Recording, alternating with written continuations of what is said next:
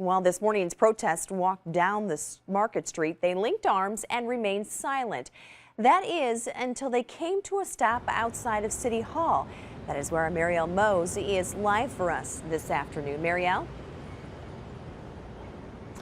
Claire, I've been covering these Dayside protests since Friday, and this is the first time I've seen them protest like this. A majority of it was in complete silence, and they remained in a very tight-knit group to show unity. But that unity was broken up at one point.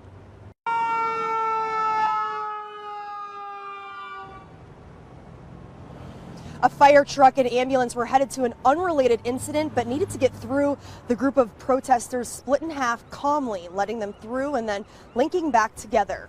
They marched in silence, arm in arm, with the exception of a single drum down Market Street.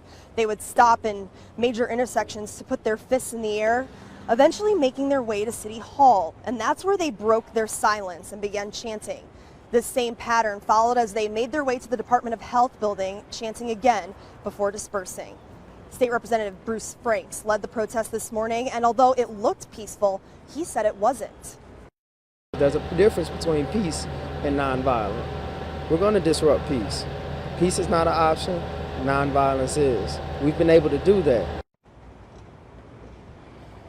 And we don't know when or where, but we do know that there are going to be protests that are going to be happening later today. We're live in downtown St. Louis. Marielle Mose, News 4. Also at this morning's protest, another one of our crews met people of all ages, races, and nationalities. News 4's Paige Halsey introduces us to a few of those protesters. Locked arm in arm, protesters of all backgrounds. It was a collective group of people coming together to stand up for the cause that they believe in. From college students to a mom with her daughter in tow. Shut it down! It's important for her to be here. I wanted to be here and she needed to be here too. Their message, though, the same. Stop killing us, please. Organizers say they want these protesters to share that simple message alone. One, y'all gonna stop killing us.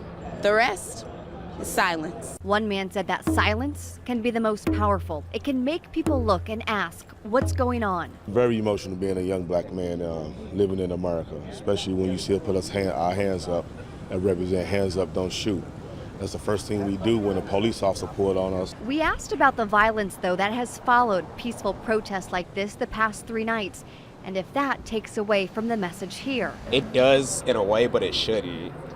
People look at that, they see the looters and they see the people who are actually causing destruction, and they use that, I feel like they use that as an excuse as to why they can't support protesting. People here say they will keep protesting until they see change. In downtown St. Louis, Paige Halsey, News 4. Sky Zoom 4 was live above University City High School about 8 o'clock this morning to cover this. You see in the middle of your screen several dozen young people marching and holding hands. Some of them were chanting Black Lives Matter. The demonstration was organized by the student group You Woke.